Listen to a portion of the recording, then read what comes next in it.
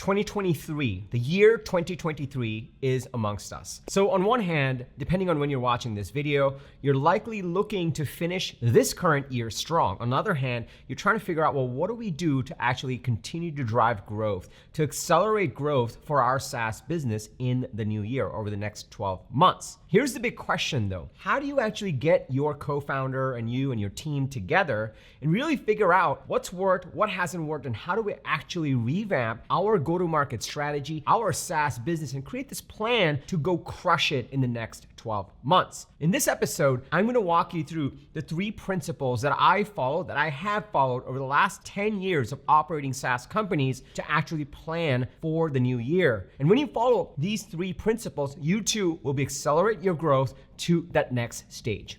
Intro.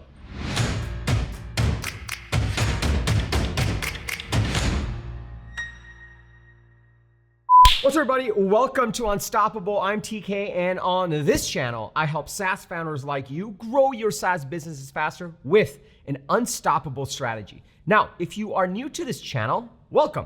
I drop an episode every single Sunday with actionable strategies and tactics from the trenches, from actually being a founder just like you, from working with founders just like you on how to grow your SaaS business faster. So if you're new, be sure to hit that subscribe button and that bell icon.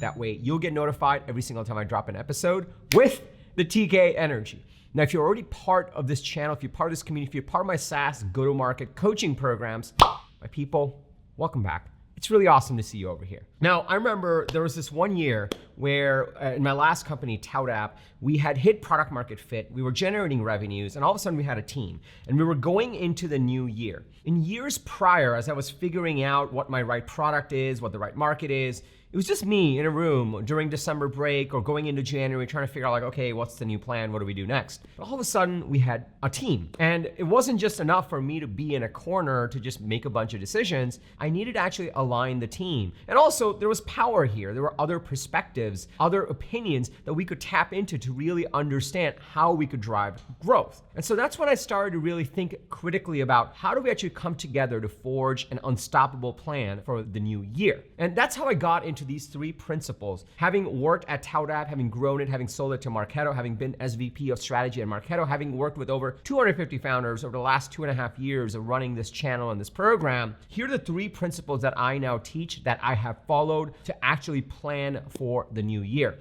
And when you follow these 3 principles, all you need to do is just sit down and kind of answer these 3 key questions. You too will be able to plot your unstoppable plan for the new year. Most importantly, you will not be doing it in just a vacuum. You'll actually be aligning the key stakeholders to make sure everyone's on the same page. So if you're excited to dig into principle number 1, go ahead and smash that like button for the YouTube algorithm. It really likes it when you do that. And let's jump right into it. So the first question that you want to answer is the last 12 months versus the next 12 months. And I'll explain this in a second on what this means. It can be very easy to have recency bias. Recency bias is where the things that happen in the last 7 days or last 30 days taint your view into what you're gonna do for the next 12 months. And the worst thing to do is make decisions on just a slice of that data.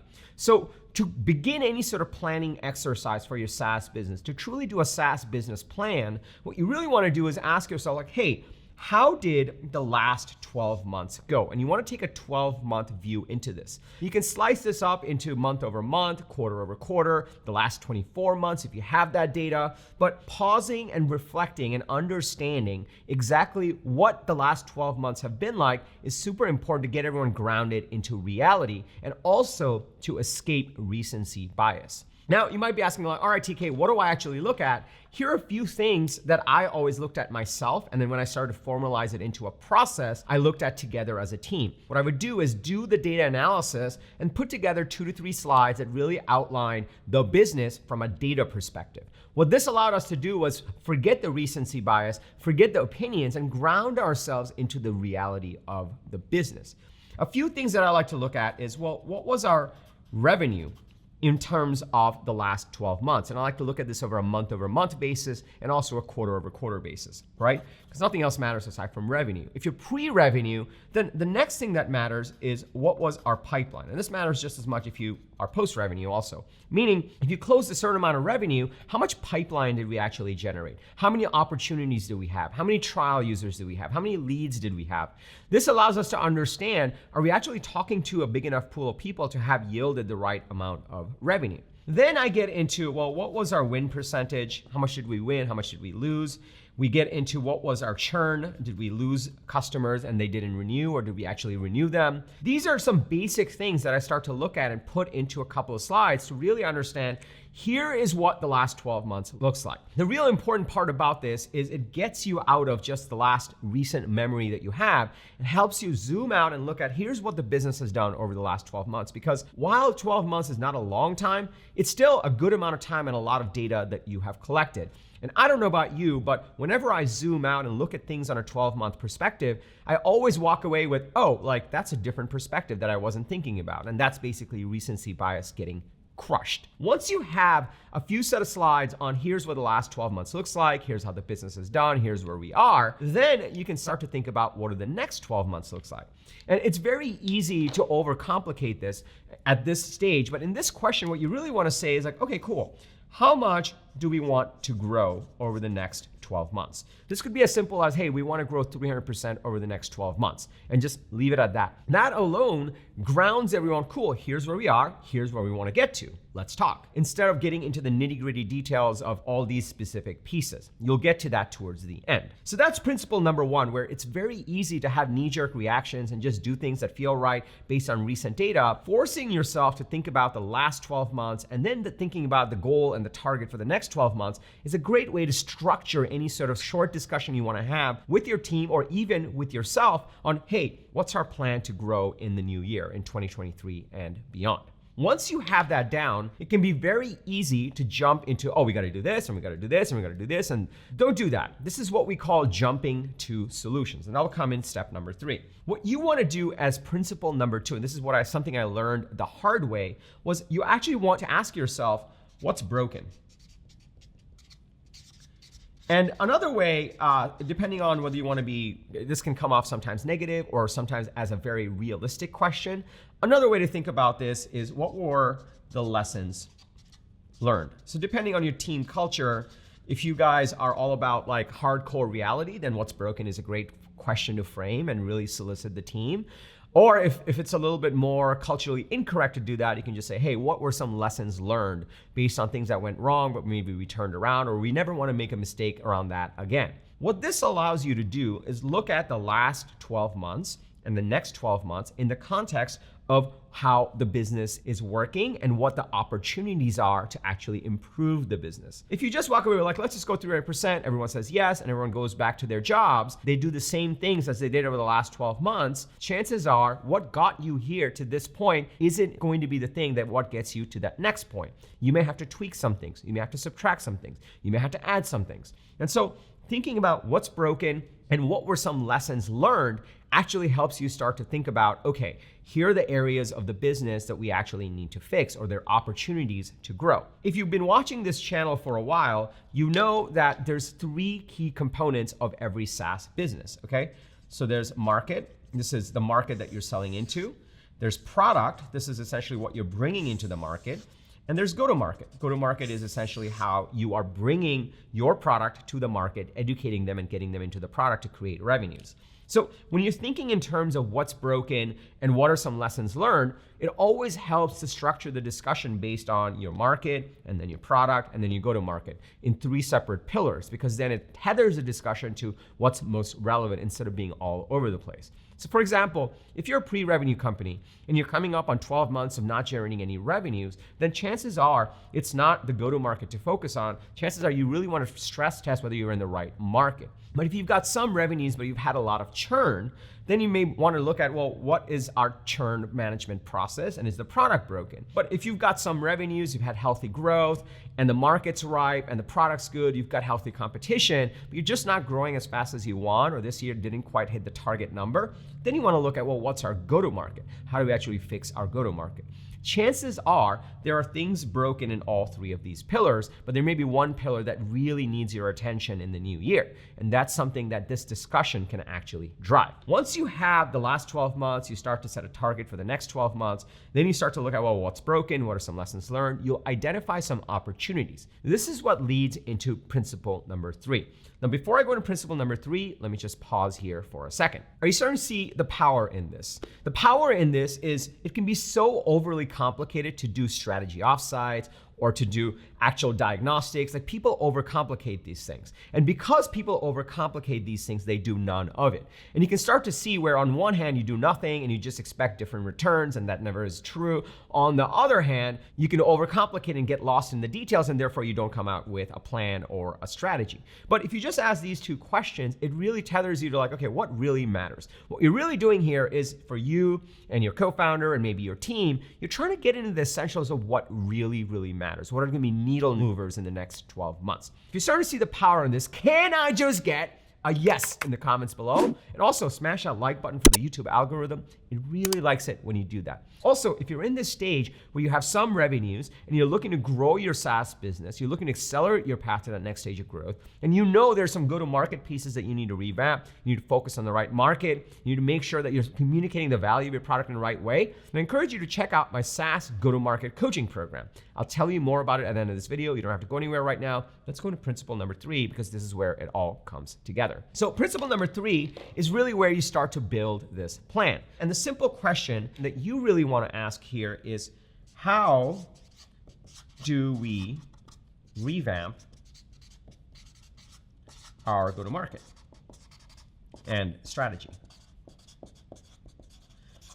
Now, if you've watched this channel for some time, you know that a lot of this is just simple math. If you have a certain growth number, let's just say you want to generate $1 million of new business, then you need a certain amount of pipeline and a certain win rate. Simple math. And so you can start to already see, like, okay, we have some things to fix in our go-to-market, in our product or our market, but we really need to generate this much pipeline in order to generate this much revenue. In order to generate this much pipeline, we need to generate this many leads. So there's some obvious things that will come out for this plan right away that will clarify here's exactly where we're going. You'll also likely get a list of things you need to fix from number 2, which is, hey, maybe we need to fix our messaging or our positioning, or we need to actually focus on a certain segment of the market where we did better. Out of this list, you'll actually want to create an action plan that everyone signs up with and has one person responsible for each of those items that says, here's how we're going to revamp our strategy. And that list of things you're going to do to fix and move the needle and the metrics you're going to use to measure it essentially becomes your plan for 2022. And this was kind of my point in the beginning. It seems obvious and this seems pretty simple, and really it is. It doesn't need to be overly complicated. The devil's in the details on how you actually tweak each of these things, but just having this conversation aligns your team on how did we do, where are we going over the next 12 months, what were some of the things that we learned and was holding us back, and based on all these things, what do we need to do to actually drive this growth? And out of this can come an actual plan that you can start to work on to grow your SaaS business. If you're in this stage where you're looking to build out your go-to-market strategy and really grow your business, what I found is there are 3 critical components to your plan. And this is exactly what I do in my SaaS go-to-market coaching program. The first component to go-to-market strategy is your ICP. This is your ideal customer profile. A lot of times you may be generating revenues from all different parts of the market. Some are good customers, some are bad customers. Some have higher win rates, some have lower win rates. Some have really high churn, some have really good churn. And that's essentially your market. And so building out a proper ICP can actually revamp your focus area of which market you're going to go and win in and compete in. The second part of your go-to-market strategy that will come out of this plan is your manifesto. If you are having trouble competing in the market, if you're having trouble getting the attention of your market, if you're having trouble generating leads or pipeline, then likely you have to actually fix your strategic narrative, your messaging, and your positioning. This essentially is encompassed by your manifesto. A manifesto encompasses your positioning, your messaging, how you actually differentiate from the competition, and how you educate the market so you can generate leads and pipeline. And the third piece to a go-to-market strategy is your Broadway show. You can look at your data and see that maybe you did a little bit of LinkedIn. Maybe you ran some ads. Maybe you worked on some SEO, but it never paid off. What ends up happening is a lot of times when you lack a go-to-market strategy and a proper plan to grow, you actually don't know which channels you're going to double down on. Running a Broadway show essentially focuses you on specific channels consistently where you're bringing your manifesto to your ICP. These 3 components are critical components for your growth in the new year. And so when you follow these principles on how do we do last year, what do we want to do in the next year, how much growth do we want to drive, what held us back, what's broken, what are the competitive dynamics like, what's churn like, what's win rate like, and based on that, you actually focus it into these 3 components, you'll essentially have a go-to-market plan and a plan to grow your SaaS business in the new year. And out of this can also come insights on your product roadmap, on who you need to hire, and what areas of the business you need to invest more into. All these things comes into focus. Now you know the 3 critical components and the principles you can follow. Literally, this can take an hour and a half with your team. It shouldn't be that complicated to actually ask and answer these questions and start to formulate a plan for your SaaS business. Now, what you may not know is, well, how do we actually think about the market and the ideal customer profile? How do we actually reframe our messaging so we can compete better and get the attention of the market? How do we actually run a consistent Broadway show so we can get the attention of our target market? This is exactly why I created my SaaS go-to-market coaching program. Inside of this program, we work together to actually revamp your go-to-market strategy and flesh out these 3 components. And when you flesh out these 3 components, you're able to actually generate more pipeline and close more deals and accelerate your path to that next stage of growth. If you want to learn more about this program, just go to tkcater.com/GTM. tkcater.com/GTM. All the details will be there on how you and I can work together. Also, if you got value from this video, please smash that like button for the YouTube algorithm. It really likes it when you do that. And if you have a fellow founder, if you have a team member that would also get value from this video, in fact, if you're hosting this 1.5 hour session, share this video with them so that they all know what framework we're all going to be using to create this plan for 2023. If you're part of a WhatsApp group, a Slack group with other founders, it would mean the world to us if you share this video as well. We want to help as many SaaS founders as possible. And lastly, I drop an episode every single Sunday with actionable strategies and tactics on how to grow your SaaS business from the trenches. So be sure to hit that subscribe button and that bell icon if you haven't already. And lastly, remember, everyone needs a strategy for their life and their business. When you are with us, yours is going to be unstoppable. I'm TK, and I'll see you inside the Go-to-Market program, or at least in the next episode. Take care.